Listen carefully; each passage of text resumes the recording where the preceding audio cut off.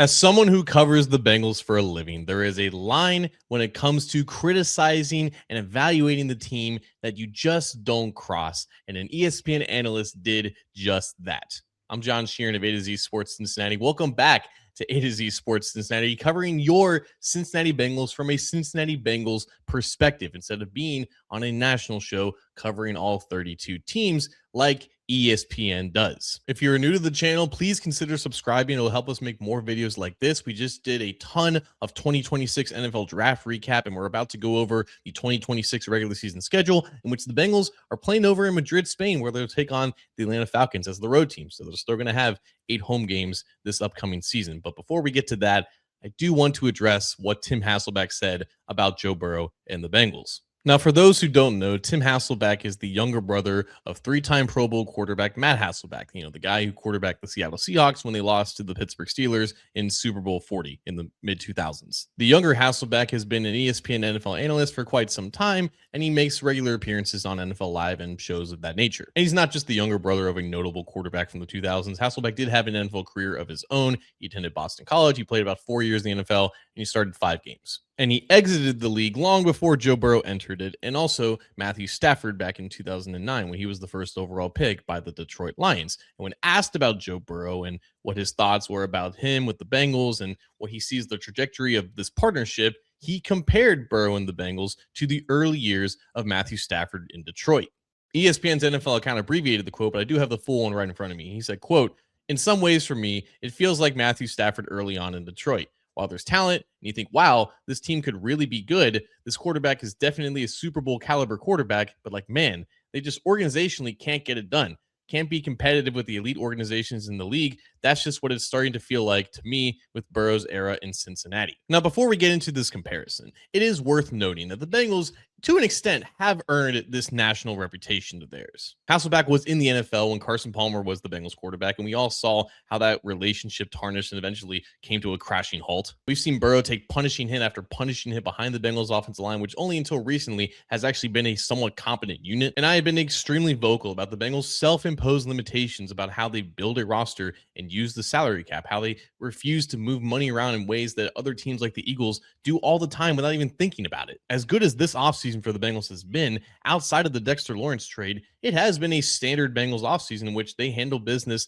like they almost always have. Obviously, the Lawrence trade is a giant deviation from their norms, and is why we're so excited about it. But again, for the most part, it is business as usual. So I don't want to completely clown Hasselbeck here, because I do have some agreements in terms of how he views the Bengals from an organizational sense. However, this comparison with the early Matthew Stafford Detroit Lions is not an apt one when you're talking about the first 6 years of Joe Burrow's career with the Bengals. When people think about Matthew Stafford and the Lions, the first thing they're naturally going to think about is the fact that he didn't do anything with Detroit for the 12 years that he was there until he was traded to the Los Angeles Rams and won a Super Bowl in his first year outside of the team that drafted him. Stafford got a dozen years in Detroit, and Joe Burrow is only halfway there with the Bengals. And in those 6 years, Burrow has already done more with the Bengals than Stafford did during his first 6 seasons in Detroit, and they played the exact same number of games. If Hasselbeck's argument is that the Bengals are limiting Joe Burrow as much as the Lions limited Stafford during this same timeline, this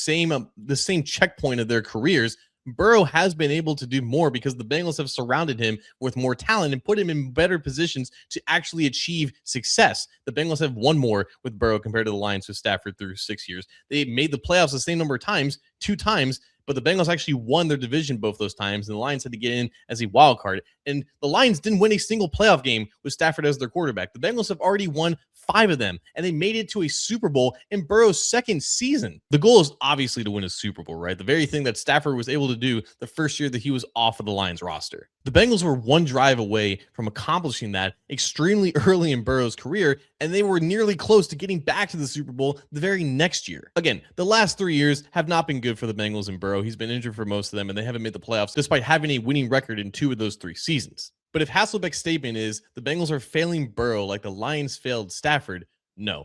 The Lions failed Stafford significantly more.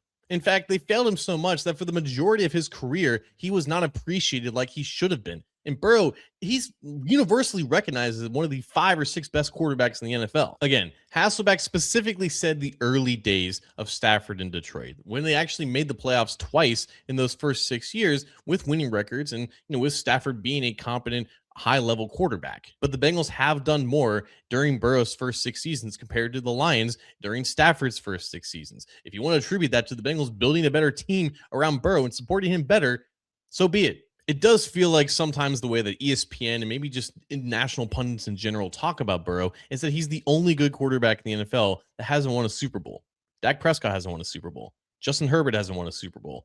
Lamar Jackson hasn't won a Super Bowl. Josh Allen has not won a Super Bowl. All these quarterbacks are in the same position in their careers as Burrow. They're just trying to get over that hump for the very first time. Burrow just happens to be the closest one to actually achieve it. And like I said, I have my own criticisms of the Bengals. I follow this team more than any other national pundit out there does. I know that they have organizational weaknesses that prevent them from achieving their highest potential. But if they do, then so do the Cowboys, so do the Bills, so do the Ravens, so do the Chargers, so do all these other teams that haven't raised the Lombardi trophy with their shining star of a quarterback. There is a way that we can involve the Bengals with all those teams about what they have to do to actually support their quarterback to the absolute most and allow them to get that coveted first ring. But comparing Burrow and the Bengals to Stafford and the Lions is just crossing the line. It's not accurate. The history and the stats that we all have access to tell us that is the case. The Bengals have dug this hole for themselves. There's no denying that. And every time that we talk about something like this, every time a conversation around this topic surfaces,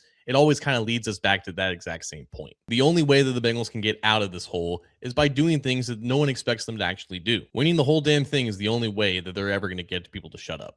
I don't often talk about how the Bengals are portrayed by the media, right? ESPN, I know, personally speaking, a lot of Bengals fans just don't watch that programming anymore because of how just diluted the coverage has gotten, and it's just not as high quality as it used to be. I think there are some very talented individuals who work at that network and are very knowledgeable about the sport, and it is definitely difficult to cover all 32 teams in a fair and equitable way. But unfortunately, the Bengals are a market and a team that just doesn't get a lot of coverage. And there aren't a lot of people that know exactly what's going on with the team, which is why local coverage is very important. And it's why with ESPN, they kind of just fall back into these same tired tropes and narratives. And you end up with segments like the one that Tim Hasselbeck was a part of. But now that we are entering the heart of the offseason, I do want to hear from you guys what you would like me to cover about the Bengals as we go through May, June, and then in July leading up to training camp and the start of real news actually happening again. There's going to be contract extension storylines to follow. There's not going to be a lot of new additions anymore as the 90-man roster has been officially filled out. And there's only one more rookie that's left to sign his rookie contract, and that would be Cassius Howe. I always want to make this channel as fan-centric as possible because you guys deserve a voice. You guys deserve a channel that covers the topics and subjects that you most care about, and you deserve to hear that information coming from a knowledgeable source about the team. And the more coverage that we get like this, the less we have to rely on the likes of ESPN giving it to us. So let me know down in the comment section what type of Bengals coverage you want this offseason as we get set for an all-important 2026 regular season.